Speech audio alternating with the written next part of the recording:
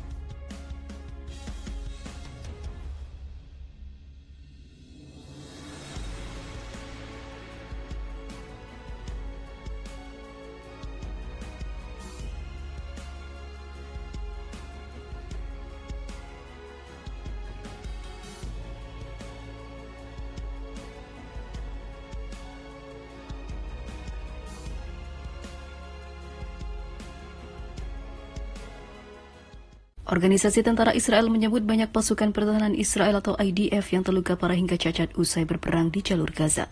Hal itu dikatakan oleh Idan Kaliman, Kepala Organisasi Tentara Israel untuk Penyandang Disabilitas. Bahkan Kaliman sampai terheran-heran dengan fakta di lapangan. Saya telah berada di organisasi ini selama 30 tahun dan saya belum pernah bertemu dengan orang-orang yang terluka parah sebanyak ini, kata Kaliman.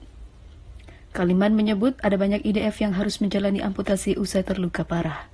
Bahkan beberapa mengalami kebutaan hingga kelumpuhan, mengutip Palestina Chronicle.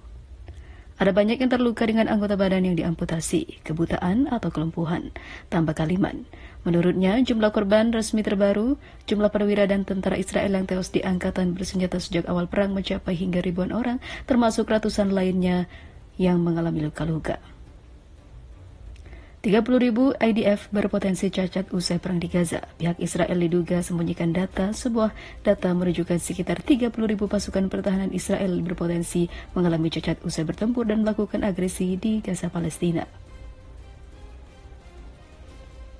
Banyak sekali efek oleh tentara Israel yang akhirnya tewas terluka, namun yang lebih penting mengalami cedera yang sangat parah dan harus dihadapinya seumur hidup.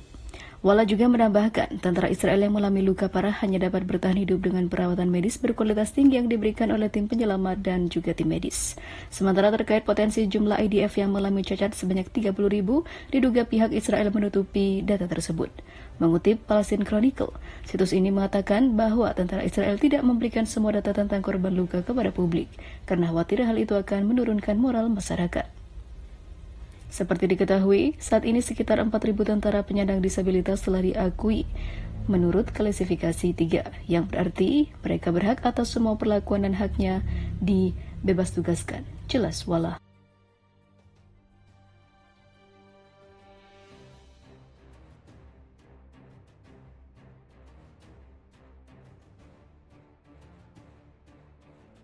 Operasi Badai Al-Aqsa lumpuhkan Israel, puluhan orang tewas dan 779 lainnya terluka.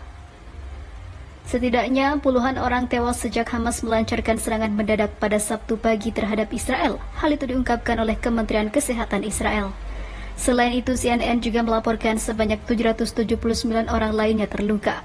Hal senada juga dilaporkan oleh Al Jazeera.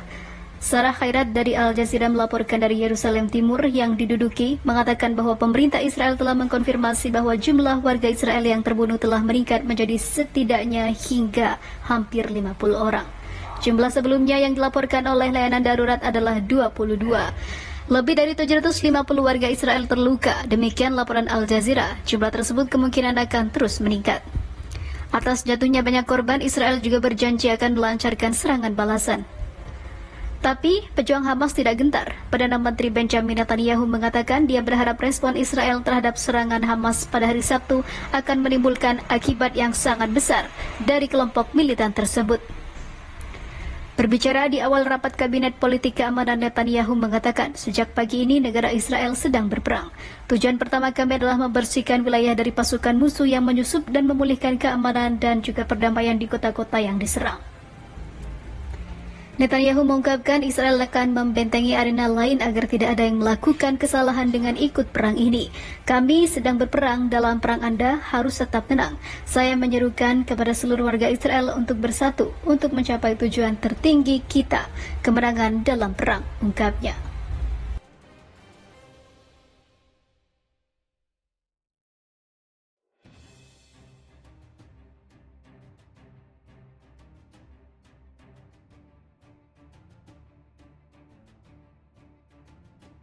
Mengejutkan, usai dihujani roket-roket, Israel diserang via darat dan 1 pejabat tewas.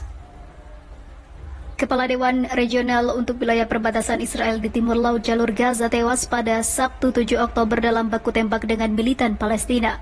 Presiden Dewan Regional Ophir Liebstein tewas dalam baku tembak dengan teroris, kata Dewan Regional Shahar Negev lewat keterangan resmi seperti dikutip dari AFP.